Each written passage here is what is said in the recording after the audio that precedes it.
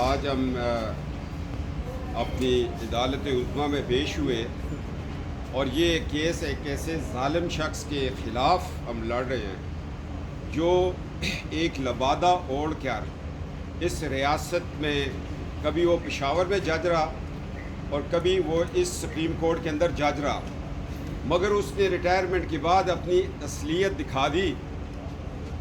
اس نے لوگوں کی زمینوں پہ قبضے کرنے شروع کیے، اعجاز افضل نے۔ میں تو اس کو ریٹائرڈ جج بھی نہیں کہوں گا کہ یہ ججز کی توہین ہے۔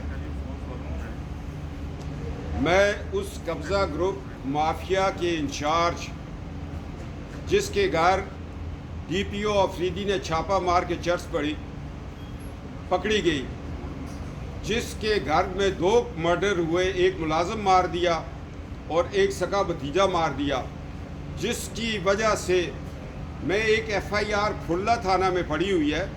مکھن شاہ کو شہید کر دیا گیا، اس کے بازو کٹ گئے اور آج تک وہ ایف آئی آر جو ہے وہ سرد خانے میں پڑی ہے۔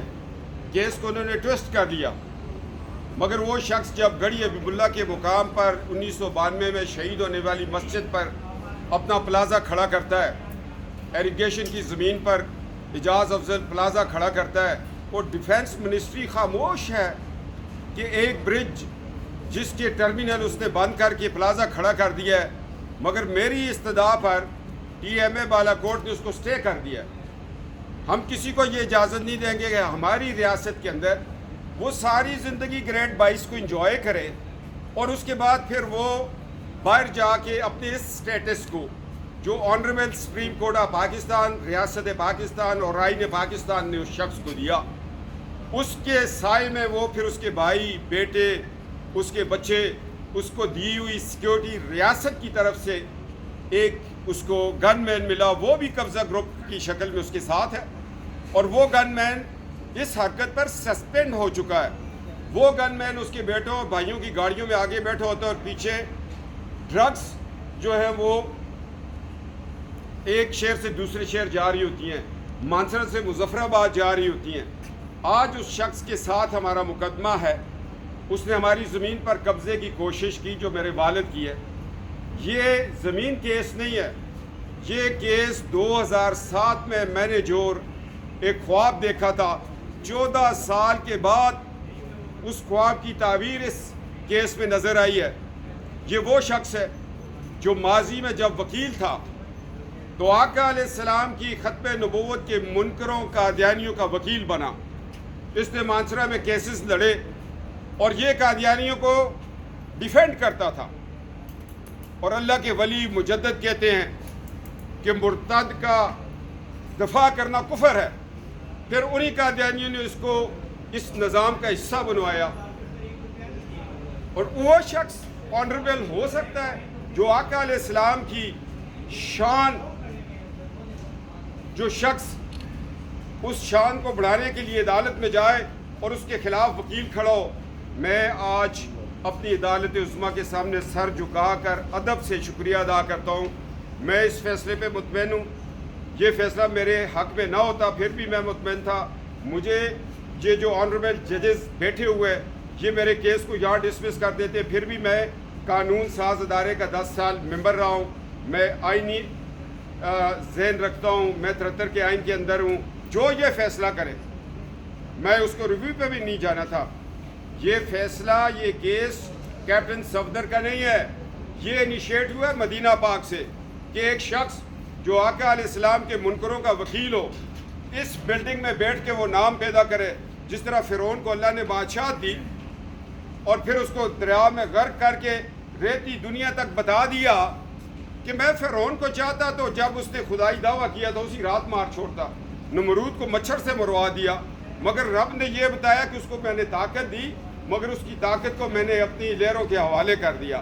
اس شخص کو طاقت دی، آج وہ ذلت اٹھا رہا ہے گلی گلی میں، کہیں قبضہ گروپ اس کا بیٹا ہے، کہیں اس کا بھائی ہے۔ یہ کیس چلا وہاں سے، جو شخص آقا علیہ السلام کے دشمنوں کا وکیل بن جائے، آپ سمجھتے ہو کہ وہ دنیا میں عزت کے ساتھ مر سکتا ہے؟ نو۔ اب انشاءاللہ تعالی مانسرہ کے لوگ اس کا جنازہ نہیں پڑھیں گے، اور جو مولوی اس کا جنازہ پڑھائے گا میں دعا کروں گا کہ یا اللہ اس کو حضور کی شفاعت نصیب نہ کرنا۔ یہ تو وہ کیس ہے. اور جہاں اس ڈی بی کے اندر جو جج صاحبان بیٹھے تھے بڑی روحانیت والے تھے, اور مجھے یہ خوشی ہے کہ میں تو ان کے نانا جان کا کیس لڑ رہا ہوں. 2 سید زادے آنریبل جج صاحبان ہیں. مدینہ پاک سے کیس ہے. مجھے حکم 2007 میں ہوا تھا. میں نے وہ چہرہ بھی دیکھ لیا جس کو گرایا تھا, اور وہ حکم بھی ہے. اور مجھے پتہ ہے کہ میں جہاں جاؤں گا فاتح ہوں, کیونکہ طارق بن زیاد کو کہا تھا کہ کشتیاں جلا دو تمہیں فتح اسپین مبارک ہو. اس نے کشتیاں جلا دی. اس نے کہا حکم آ گیا مدینہ سے, میں لڑوں نہ لڑوں فاتح ہوں.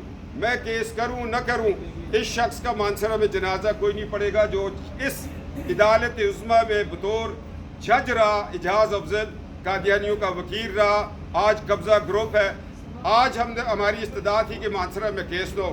انہوں نے کہا ایبٹ آباد میں اینی ویئر ان پاکستان جانے کو تیار ہوں, کیونکہ یہ کیس میرا نہیں, میرے وارثوں کا. میں تو یہاں پر بطور مدینہ کا منشی پیش ہوتا ہوں. لوگ وکیل بن کے آتے ہیں, میری فائلیں تو وہاں سے.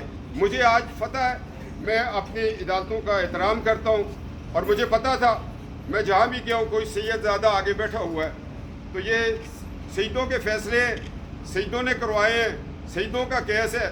اللہ جانے پاکستان تو وہ اس سے بھی تو کبھی پوچھا اعجاز افضل سے. چلے جاوید چودھری کو مجھے اور اعجاز افضل کو اب تک ایک پروگرام میں 1 to 1 بلائے, اس کے سوالوں کا جواب میں دوں, وہ میرے سوالوں کا دے.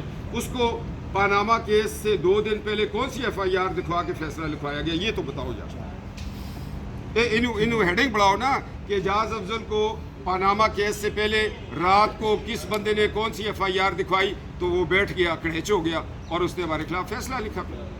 فیصلے تو یہاں FIR اور فلم میں دکھا کے لکھی گئی ہے. اسی لیے نواز شریف بیٹھا ہے, جہاز کھڑا ہو کے نو اور کہتے پیسے کسی دو. جی میں نے تو میرے پاس یہ فلم تھی, اور یہ میں ان کو یہ فلم میں اپنے لیے چلا رہا, تو ہمارا ورد پورا ہوا, فیصلہ ہمارے ہاتھ میں آ گیا. اب فلم یہ بری امام سرکار چلیں گے, گولڈا شریف چلیں گے, جنہوں نے رات کو ہمارا ہر تاریخ کا سفر داتا حضور حاضری سے ہوتا ہے. ہم کہتے ہیں حضور چلے جائیں, شال ملتی ہے آ جاتے, فکر نہیں ہے. 19 مقدمے لڑ رہا ہوں, مگر میں ہزارہ کے لوگوں کو یہ کہتا ہوں کبھی کبھی بات کیا کرو کہ نواز شریف نے ہزارہ سے رشتہ داری کیا, اور ہزارہ کتنی غیرت دکھا رہا ہے. سر دوسری شادی کا بھی پلان ہے کوئی؟ بات تو بھاگ جاتے ہیں. کیپٹن صفدر صاحب دوسری شادی کا بھی پلان ہے آپ کا کوئی؟ ابھی بھی آپ ماشاءاللہ جوان ہیں, خوبصورت بھی ہیں آپ کا. جی دوسری شادی کا؟ دوسری شادیاں تو وہ کرتے ہیں جن کو پہلی بیوی لتے مارے. تو ہمارے گھر میں تو ایسا ماحول نہیں ہے بھائی. ہمارے گھر میں پیار کا, سنت کا, اللہ کی خدا خوفی کا ماحول ہے. ویسے 4 شادیاں تو دور دور تو آپ بھی رہتے ہیں سر, مگر اللہ نے کہا کہ تم انصاف نہیں کر سکو گے. میں اپنی پہلی شادی پہ اتنا مطمئن ہوں, اگر 200 سال بھی ہم دونوں کی زندگی ہو اس پہ ہی چلیں گے.